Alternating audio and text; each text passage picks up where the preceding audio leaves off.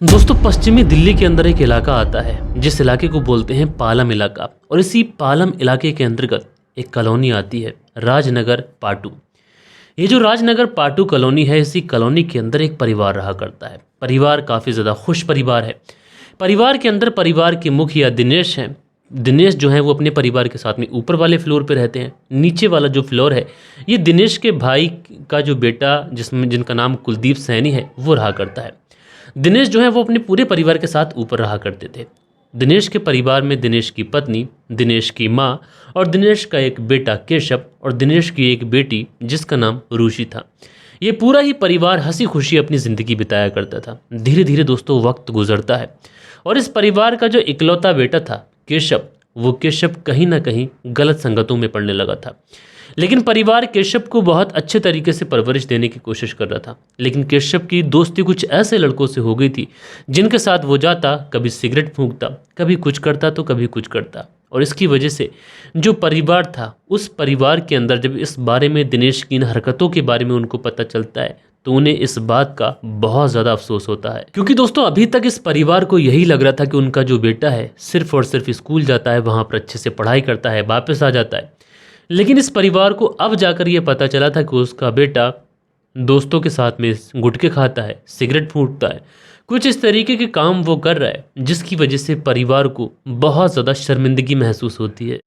क्योंकि दोस्तों ये जो केशव नाम का लड़का था, ये पढ़ने लिखने में भी ठीक ठाक था और इसकी फैमिली वालों का यही मानना था कि केशव पढ़ लिख कर अच्छा नाम करेगा, परिवार का नाम रोशन करेगा। चाहे पिता हो दिनेश, उनका भी यही मानना था, जो माँ हो उनका भी यही मानना था, जो केशव की दादी थी उनका भी यही मानना था। केशव की बहन भी यही सोचा करती थी कि कहीं ना कहीं केशव पढ़ जाएगा, पढ़ लिख कर अगर वो ऊंची पोस्ट पर पहुंच जाएगा तो इस वजह से परिवार का जो वर्चस्व है, परिवार का जो नाम है, ये समाज के अंदर बहुत ज़्यादा ऊंचा हो जाएगा। लेकिन इस परिवार को ये कानो कान खबर नहीं थी कि उनकी पीठ पीछे आखिरकार दिनेश का जो बेटा केशव है वो क्या कर रहा है। दोस्तों इस परिवार का जो इकलौता चश्मोचिराग केशव था, ये गुटखा खाता था। ये तो नॉर्मल सी बात है, आजकल ज़्यादातर लोग गुटखा खाते ही हैं।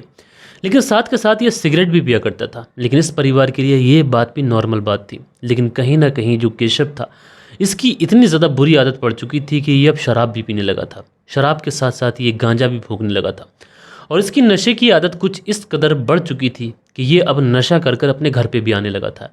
जब ये नशा कर कर घर पे आना शुरू करता है तो सबसे पहले इस बात की जानकारी केशव की बहन को लगती है। और केशव की बहन को जब इस बारे में ये पता चलता है कि उसका जो इकलौता भाई है, जिसके ऊपर परिवार वाले आंख मूंद कर भरोसा करते हैं, वो नशा करने लगा है, तो जो बहन ऋषि थी वो अपनी भाई को बहुत ज़्यादा समझाने की कोशिश करती है। वो उसे रोकने की कोशिश करती है कि भाई जिस रास्ते पर तू जा रहा है, इस रास्ते का कोई भविष्य नहीं है, ये रास्ता तुझे अंधकार की तरफ लेके जाएगा। लेकिन जो भाई था उसके ऊपर अपनी बहन की किसी भी बात का कोई असर नहीं था। बहन अपने भाई को ये भी समझाने की कोशिश करती है कि तू नशे में, इन सारी चीज़ों में जो पैसा बर्बाद कर रहा है ना, अगर इस पैसे को तू अपनी पढ़ाई लिखाई पर या फिर परिवार के जो खर्चे हैं उस पर स्पेंड करेगा ना, तो परिवार की जो चिंताएं हैं वो दूर हो जाएगी। लेकिन जो केशव था, उसके ऊपर उसकी बहन की एक भी बात की जूं तक नहीं रेंगती है। अब दोस्तों ऐसा तो नहीं था कि जो बहन इस दिनेश को समझा रही थी, सॉरी केशव को, तो केशव उम्र में इस बहन से बहुत ज़्यादा बड़ा था और बहन लगातार अपने भाई को समझा रही थी। लेकिन भाई जो था वो मानने को तैयार नहीं था। लेकिन जब बहन बार बार उसको कन्विंस करती है, बार बार उसको ऊंच और नीच में डालती है, तो कहीं ना कहीं जो केशव था अपनी बहन को वादा करता है। और वादा करने के बाद में कहता है कि बहन जो तुम कह रही हो वो सच है, क्योंकि आने वाले समय में उसका जो फ्यूचर है इस नशे की आदत की वजह से पूरी तरीके से बर्बाद हो जाएगा, डिस्ट्रॉय हो जाएगा और बहुत जल्द वो इस सारी नशे की आदतों को छोड़ देगा। लेकिन आज के लिए तुम उसे पैसे दे दो, आइंदा से वो ऐसा कभी नहीं करेगा। अब बहन बेचारी अपने भाई को पैसे दे देती है। उसके बाद में थोड़ा सा समय गुजरता है, केशव की एक गर्लफ्रेंड भी बनती है। केशव की जो गर्लफ्रेंड बनती है ये भी केशव से बेइंतहा मोहब्बत करती है। केशव धीरे धीरे जब वक्त गुजरता है तो इसकी जो नशे की आदतें थी वो लगातार बढ़ती चली जाती हैं। और दोस्तों एक दौर ऐसा भी आता है कि केशव की इस नशे की आदतों की वजह से हर रिश्ता इस नशे की आदतों के पीछे दबता चला जाता है। केशव पहले तो अपनी बहन से नशे के लिए पैसे मांगा करता, लेकिन नशे की आदत उसकी कुछ इस कदर बढ़ चुकी थी कि अब वो अपनी गर्लफ्रेंड से भी पैसे मांगा करता था। गर्लफ्रेंड के अलावा वो अपनी दादी से भी पैसे मांगा करता था। गर्लफ्रेंड, दादी और बहन को छोड़ो, वो अपनी माँ और अपने पिता से भी पैसे मांगने लगा था। लेकिन पिता, माँ और बाकी के परिवार वाले लोग इसलिए पैसे दे दिया करते थे, ये परिवार का इकलौता चश्मोचिराग है और पढ़ाई लिखाई कर रहा है, तो आने वाले दौर में अगर ये कुछ पैसे कमाएगा तो घर परिवार के लिए ही कमाएगा। इसलिए परिवार वाले इसको पैसे दे दिया करते। लेकिन परिवार वालों को यानी दिनेश को और उनकी पत्नी और उस जो व्यक्ति केशव था उसकी दादी को ये नहीं पता था कि आखिरकार केशव करता क्या है। लेकिन धीरे धीरे जब ये पैसे मांगना शुरू करता है और जब इसकी पैसों की डिमांड लगातार बढ़ती चली जाती है दोस्तों, तो कहीं ना कहीं केशव के पिता दिनेश को केशव के ऊपर डाउट होता है। उनको ऐसा लगता है कि आखिरकार केशव इतने सारे पैसों का करता क्या है, और इतने सारे पैसे अगर वो लेता है तो कुछ ना कुछ तो इन पैसों का करता होगा। इसलिए दिनेश सोचते हैं कि उन्हें पता लगाना चाहिए कि आखिरकार उनका बेटा इन पैसों का क्या कर रहा है। अब दोस्तों उसके बाद में जो दिनेश थे ये अपने बेटे केशव का चोरी चुपके पीछा करने लगते हैं। दोस्तों जब चोरी छुपके ये अपने बेटे केशव का पीछा करते हैं तो कुछ ही दिन पीछा करने के बाद में दिनेश को ये रियलाइज़ होता है कि उनका जो बेटा है केशव ये बहुत ज़्यादा गलत रास्ते पर जा चुका है। ये कुछ ऐसे रास्तों पर चल रहा है कि जिसकी वजह से इसका फ्यूचर तो अंधकार में जा ही जा रहा है, लेकिन घर परिवार की जो निजी संपत्तियां हैं, जो निजी चीज़ें हैं, वो भी अंधकार में जा सकती हैं। पूरा घर परिवार डिस्ट्रॉय हो सकता है, बर्बाद हो सकता है। इसलिए जो दिनेश थे ये आकर अपनी पत्नी और अपनी माँ को इस बारे में बताते हैं कि जो केशव है ये नशे की दलदल में डूब चुका है और ये पूरी तरीके से नशेड़ी बन चुका है। दोस्तों कहा जाता है कि जो केशव था ये अपनी दादी का बहुत ज़्यादा लाडला था, क्योंकि दोस्तों आमतौर पर अगर किसी परिवार के अंदर कोई पोता या फिर कुछ ऐसा लाडला बच्चा होता है तो वो अपने माता पिता से ज़्यादा अपनी दादी या फिर दादा का लाडला होता है। इसलिए जो दिनेश थे ये बहुत ज़्यादा गुस्से में थे। दिनेश अपनी माँ से और अपनी पत्नी से कहते हैं कि आज अगर केशव आएगा तो मैं उसे ठीक कर दूंगा। लेकिन जो दिनेश की माँ होती हैं वो दिनेश से कहती हैं कि केशव अभी बच्चा है, तुम उसे आ जाने दीजिए, मैं उसे प्यार से समझाऊंगी और उसके बाद मैं वादा करती हूँ कि केशव कभी नशा नहीं करेगा। अब दोस्तों जो परिवार की मुखिया थी यानी दिनेश की माँ, दिनेश अपनी माँ की बहुत ज़्यादा रिस्पेक्ट किया करते थे। इसलिए दिनेश कहते हैं कि ठीक है माँ, एक बार आप केशव से बात कर लीजिए, अगर इसके बावजूद भी वो नहीं मानेगा तो फिर मुझे ही कुछ करना पड़ेगा। दोस्तों उसके बाद में दिनेश और उनकी पत्नी ये कहकर अपनी माँ से चले जाते हैं। उसके बाद में केशव घर आता है। दादी जो थी वो केशव को बुलाती है और बुलाने के बाद में केशव से कहती है कि बेटा मैंने सुना है कि तुम नशा करते हो। नशे की आदत ऐसी आदत है कि मैंने कई लोगों को नशे की आदतों के चलते बर्बाद होते देखा है और ये नशा तुम्हें पूरी तरीके से बर्बाद कर देगा। तुम हमारे ख़ानदान के इकलौते चश्मो चिराग हो और अगर तुम्हारी ही ज़िंदगी बर्बाद हो जाएगी तो सोचो फिर हमारा क्या होगा। समाज में हमारी क्या इज्जत रहेगी, क्या वक़ार रहेगा, लोग हमारे परिवार के बारे में कैसी बातें करेंगे। अब दोस्तों जो केशव था ये अपनी दादी का बहुत ज़्यादा लाडला था, इसलिए केशव भी पल भर में अपनी दादी की बात मान लेता है और कहता है कि दादी अगर तुम कहती हो तो आज के बाद से मैं कभी नशा नहीं करूँगा, मैं तुमसे प्रॉमिस करता हूँ, तुम्हारी कसम खाता हूँ। अब दोस्तों जब केशव अपनी दादी को इस तरीके का प्रॉमिस देता है तो दादी जो थी अपने बेटे दिनेश और उसकी पत्नी को भी इस बारे में बताती है कि केशव ने मुझे वादा दिया है और वो आज के बाद कभी नशा नहीं करेगा। जैसे ही ये बात वो दादी यानी केशव की दादी अपने बेटे दिनेश और उसकी पत्नी से कहते हैं तो बाकी के लोगों के चेहरे खुल जाते हैं। उन्हें लगता है कि शायद केशव अब उस रास्ते से लौट आए जिस रास्ते पर वो जा रहा है, जो अंधकार का रास्ता है। दोस्तों उसके बाद में बातें आई गई हो जाती है। केशव अपनी पढ़ाई में लग जाता है, दिनेश अपने कामकाज में लग जाते हैं। परिवार जैसा चल रहा था वैसा ही पटरी पर आ जाता है। लेकिन जैसे जैसे वक्त गुजरता है, चूँकि केशव को बहुत बुरी नशे की आदत लग चुकी थी, इसने छोड़ तो दिया था, लेकिन जैसा ही समय गुजरता है उस गुजरते हुए समय के साथ में जो केशव था ये फिर से नशे के रास्ते पर चल जाता है। और दोस्तों इस बार जब केशव नशे के रास्ते पर पहुंचता है तो दिनेश की पहले से ही केशव के ऊपर नज़र थी, इसलिए दिनेश इसे रंगे हाथों पकड़ लेते हैं। अब जब इस बार ये अपने बेटे केशव को रंगे हाथों पकड़ते हैं, जबकि इसने अपनी दादी की कसम खाई थी कि वो कभी नशा नहीं करेगा, तो इस बात को लेकर घर के अंदर फिर से झगड़ा फसाद होता है। दिनेश जो थे अपने बेटे केशव को बहुत ज़्यादा डांटते फटकारते हैं, लेकिन इस बार भी दादी बीच बचाव करा देती है। इस बार भी दादी केशव को अपनी कसम देती है। केशव फिर से अपनी दादी की कसम खाता है, कहता है कि दादी मुझसे गलती हो गई और आइंदा से वो इस तरीके की गलती कभी नहीं करेगा। दोस्तों उसके बाद में फिर से बात आई गई हो जाती है। घर परिवार के लोग फिर से भरोसा कर लेते हैं कि शायद केशव मान जाए, लेकिन फिर थोड़ा सा समय गुजरता है, फिर से केशव नशा कर लेता है। जब इस बार केशव नशा करता है तो फिर से घर के अंदर झगड़ा फसाद होता है, लेकिन इस बार दिनेश इतना ज़्यादा गुस्सा और इतना ज़्यादा आग बबूला हो चुके थे कि उन्होंने केशव को घर से ही निकाल दिया था।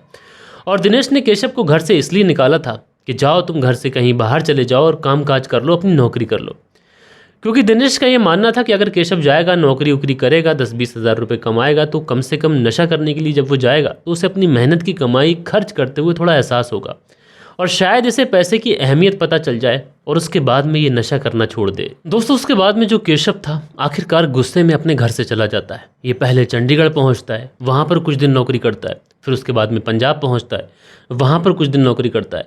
लेकिन इसकी आदत नशे को लेकर कुछ इस कदर ख़राब हो चुकी थी कि अब ड्यूटी पर भी जाता तो कई बार नशा करके जाता। इसी वजह से इसे चंडीगढ़ से भी नौकरी से निकाला गया, इसी वजह से इसे पंजाब से भी नौकरी से निकाला गया। और दोस्तों इस दौरान इस केशव की जो गर्लफ्रेंड थी वो भी केशव के ऊपर लात मार चुकी थी। उसने कहा था कि ऐसे नशेड़ी व्यक्ति के साथ रहने से बेहतर है कि इंसान अकेला ही रह ले, क्योंकि ऐसा व्यक्ति जो ना अपनी परवरिश कर सकता तो फिर मेरी क्या परवरिश करेगा। ऐसे व्यक्ति का फ्यूचर खुद अंधकार में है तो भला मेरी ज़िंदगी में रोशनी कहाँ से लाएगा। इसलिए जो केशव की गर्लफ्रेंड थी वो भी उसे छोड़ के जा चुकी थी। लास्ट टाइम जब केशव नौकरी कर रहा था तो वो गुरुग्राम में नौकरी कर रहा था और वहाँ से भी उसे नौकरी से निकाल दिया गया था। उसके बाद वापस से केशव अपने घर पहुँचता है, क्योंकि दोस्तों केशव की नशे की आदत कुछ इस तरीके से बढ़ चुकी थी कि ना ऑफिस में इसके दोस्त बने थे, ना वैसे निजी ज़िंदगी में कोई दोस्त था। एक गर्लफ्रेंड थी वो भी छोड़ के जा चुकी थी। इसलिए केशव के पास में अगर कोई रास्ता बचा था तो वापस घर का रास्ता बचा था। इस बार केशव फिर घर जाता है, पैसे मांगता है, रोता है, गड़गड़ाता है। घर परिवार वाले थोड़े बहुत पैसे दे देते हैं, क्योंकि उनकी संतान थी तो उनके दिल पर कलेजे पर चोट लग रही थी। लेकिन ये बार बार जब पैसे मांगता है तो परिवार वाले साफ तौर से इनकार कर देते हैं। वो कहते हैं कि तुम्हारे लिए हमारे पास में एक पैसा नहीं है, तुम्हें नशा कराने के लिए हमारे पास में पैसे नहीं हैं। तुम्हारी ज़िंदगी है, जैसे चाहो वैसे जियो, तुम जियो या मरो, नौकरी करो, कमाओ, खाओ, नशा करो, कुछ करो, लेकिन हमें तुमसे कोई भी मतलब नहीं है, कोई भी सरोकार नहीं है। अब दोस्तों जो घर वाले थे इसे पैसे देने से साफ इनकार कर चुके थे। इसके पास में अब कोई भी रास्ता नहीं बचा था। एक गर्लफ्रेंड थी वो भी छोड़ के जा चुकी थी, नौकरी अब थी नहीं, परिवार वालों ने पैसे देने से साफ इनकार कर दिया था। अब इसके पास में कोई रास्ता बचा नहीं था, इसलिए अब ये हिंसा के रास्ते पर उतर आता है। कभी ये अपनी बहन की पिटाई कर देता, कभी माँ से झगड़ा करता तो कभी दादी से झगड़ा करता, कभी पिता के साथ में झगड़ा तकरार शुरू कर देता। यानी घर का जो माहौल था, ये घर का माहौल अब बहुत ज़्यादा डेंजर हो चुका था। इस घर के अंदर खुशियाँ बस बाहर ही बाहर रहती थी। घर के अंदर हमेशा कलेश रहा करता, हमेशा लड़ाई रहा करती। अब ऐसा भी नहीं था कि जोर ज़बरदस्ती इस केशव को घर वाले घर से निकाल देते, केशव घर में ही रह रहा था। इसी बीच में जो परिवार के मुखिया दिनेश होते हैं, इनसे एक व्यक्ति कहता है कि दरअसल तुम अपने बेटे को नशा मुक्ति केंद्र भेज दो। अगर इसे तुमने नशा मुक्ति केंद्र भेज दिया तो वहाँ पर जाकर तुम्हारा बेटा बिल्कुल ठीक हो जाएगा और उसके बाद में तुम्हारा जो परिवार है ये बिल्कुल पहले के जैसा हो जाएगा। अब दोस्तों जैसे ही ये बात दिनेश सुनते हैं, अंधेरी रात में कोई लौ दिखाने वाली बात होती है। वो तुरंत अपने बेटे को लेकर नशा मुक्ति केंद्र पहुंचते हैं और वहां पर अपने बेटे को भर्ती करा देते हैं। थोड़े समय तक तो ये जो केशव था उसी नशा मुक्ति केंद्र में रहता है। अब उससे मिलने के लिए कभी माँ जाती तो कभी बहन जाती, कभी दादी जाती तो कभी बाप जाता। क्योंकि परिवार का इकलौता चश्मोचिराग है, इसलिए परिवार वाले उसका बहुत ज़्यादा ख्याल भी रखा करते थे।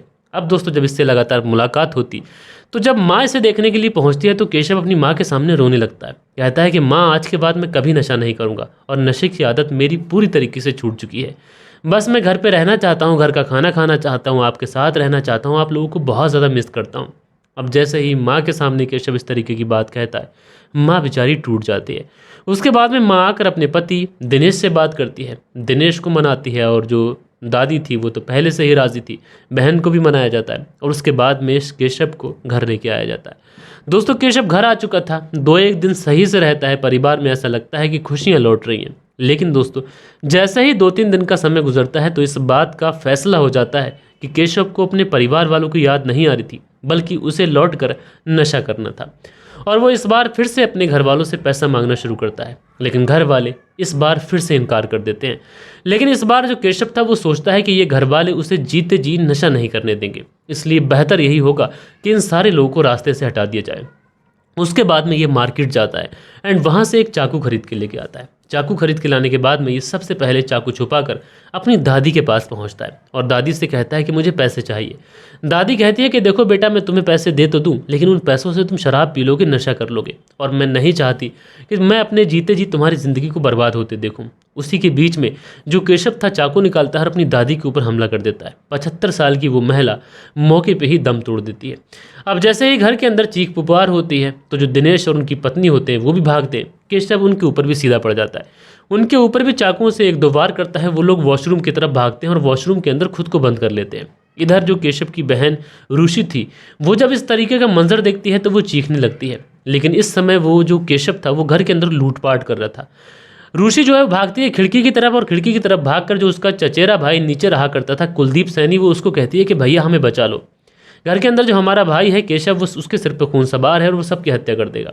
अब जो कुलदीप सैनी था तुरंत पुलिस को फ़ोन कर देता है, लेकिन इस बीच में जब केशव देखता है कि उसकी बहन मोहल्ले पड़ोस के लोगों को इकट्ठा कर रही है, तो वो सबसे पहले अपनी बहन की हत्या करता है।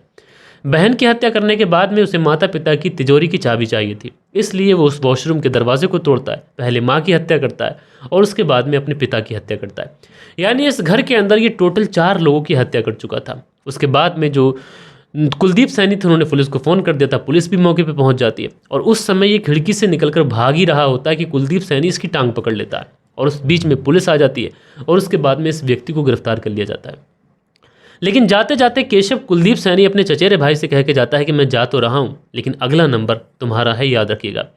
दोस्तों, पुलिस जब उस घर के अंदर जाती है तो उस घर के अंदर का मंजर ऐसा था कि जैसे देखने के बाद में इंसान की रूह कांप जाए, क्योंकि इस घर के अंदर 4 लोगों का कत्लेआम हो चुका था। हर जगह खून के छींटे थे, फर्श पर खून बह रहा था और यह सब कुछ एक व्यक्ति ने सिर्फ इसलिए कर दिया था क्योंकि उसे नशे के लिए पैसे नहीं मिल रहे थे। दोस्तों, आप लोग इस पूरी कहानी को किस तरीके से देखते हैं? आज की जनरेशन नशे में कुछ इस कदर डूब चुकी है कि वो अपने परिवार को चोट पहुँचाने, उन्हें जख्म पहुँचाने से भी बाज नहीं आती। आप लोग इस कहानी के बारे में जो भी सोचते हो, अपनी राय आप लोग कमेंट्स बॉक्स में दीजिएगा। बाकी दोस्तों, मिलता हूँ कल के दिन किसी और स्टोरी के साथ में। जब तक के लिए अपना ख्याल रखें, देश का ख्याल रखें, परिवार के रिश्तों की अहमियत को समझें। जय हिंद, जय भारत।